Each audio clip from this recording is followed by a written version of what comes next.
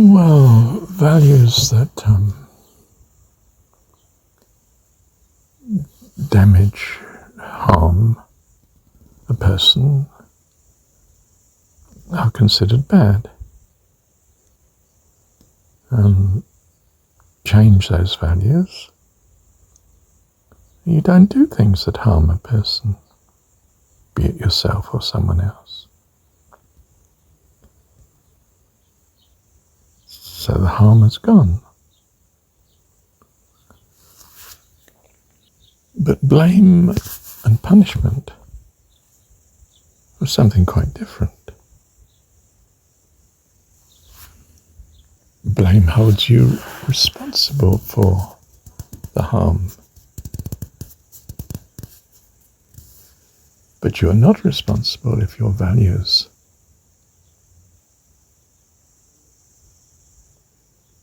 are beyond your control. And they are. So blame is a misunderstanding. We are all the result of causes and conditions. And causes and conditions have consequences. But the notion that I have the sovereignty to choose different to my values is invalid, because values are those things that determine what we do, plus imposition by others, which you could say is what others are doing, not really ourselves at all, because it's against our will. But we have not determined what our will is, because we have not determined what our values are. Our values are the consequence of causes and conditions, certainly beyond our present control, but causes and conditions in the past that were beyond our control too. We did not determine these causes and conditions in the past or in the present. We have values, but they are not our own, and they can be changed, as when we see that some values are harmful to, for instance, self or others that we're concerned for. And we're concerned for others according to our values, which we have not been responsible for forming in the past, but were the consequence of causes and conditions. So blame is an invalid concept. Karma is too. I mean, obviously if you kill someone, you have the harm to them immediately that that person dies. You may live another N years, feeling or not feeling guilt, according to your understanding or misunderstanding. There's no debt or surplus being built up. Only the changes that may be occurring in your values. And if your values change, well, you'll stop murdering. If they don't, perhaps you will murder in similar circumstances in the future. The harm is that you remain in a situation in which you're not eligible for heaven because you'll cause chaos there. In that sense, you're imprisoned by or restricted by your current values. And you are here experiencing living that these values may change. When they do change and you become in harmony, your values are in harmony with heaven, well, you graduated. There's no point in you being here any longer. Being in this world with values that are not in harmony with heaven means not experiencing the perfectness, the beauty, the loveliness of heaven. That is a great cost, yes. But no one's, for instance, imposing it upon you as a form of judgment. Other than the fact, obviously, you can't be in heaven whilst you are still not in harmony with it. You'd bring chaos. Of course, you won't enjoy being here. Much of the time. And that might be a great understatement.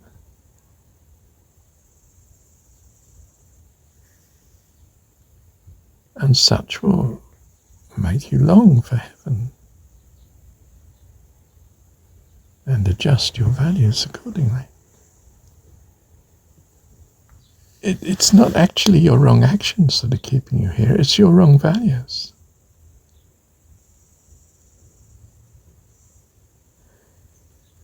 Your wrong actions have consequences on other people and on your own welfare. I mean, in a trivial way, some people may hate you as a consequence of certain violent actions that you do.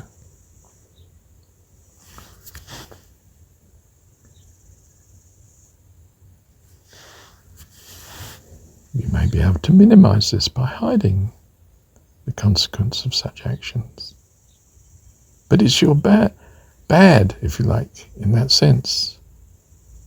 Your values that are not in harmony with heaven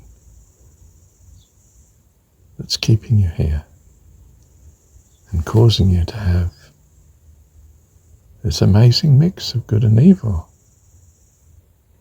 which most of us seem to experience. You know, do the rich not have bereavements? Do the rich not have illnesses?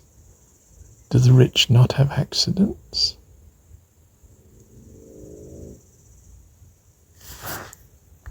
Are the rich more loved than the poor? No, the rich are the object of the exploitation of so many people, because so many people see the opportunity of exploiting the rich for their cash. Quite simply, are the poor automatically hated or the rich automatically loved? No, not at all. Do you find living here that you come to hate hatred and love love? Yeah, well, yes. One could almost say, of course. Do you come to love fullness of life and health rather than illness and death? Well, yeah, obviously. Are your values in these regards accordingly? Yes. Very quickly. But more subtle situations, do you love empathy? Do you love covetousness? You may not be on the heavenly side of these values.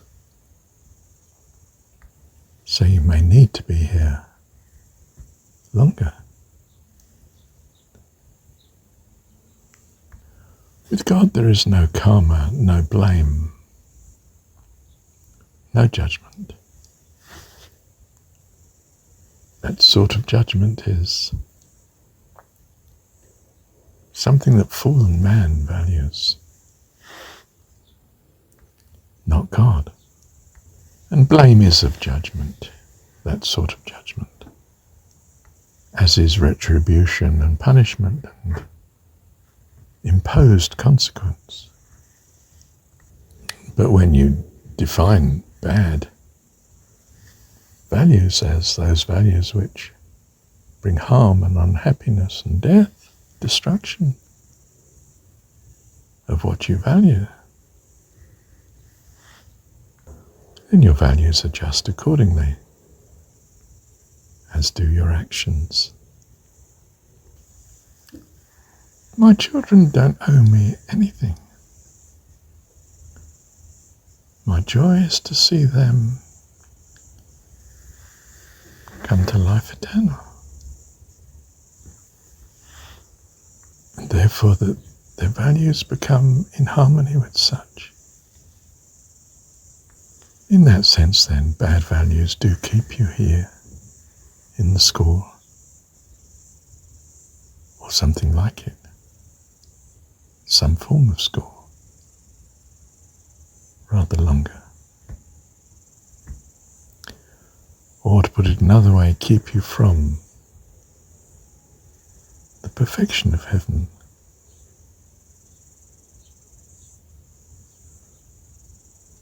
Until your values become right. So in this sense we're purposed to avoid suffering. And when we realize what suffering is for others, well, we start to want to minimize suffering for all life. When you reach that stable sort of valuation of things, well,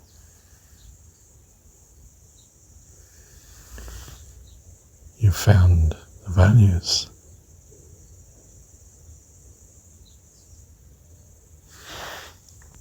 that are in harmony with heaven. And that's where you should be. You may stay longer to help here, but as we've said before, God doesn't need your help here.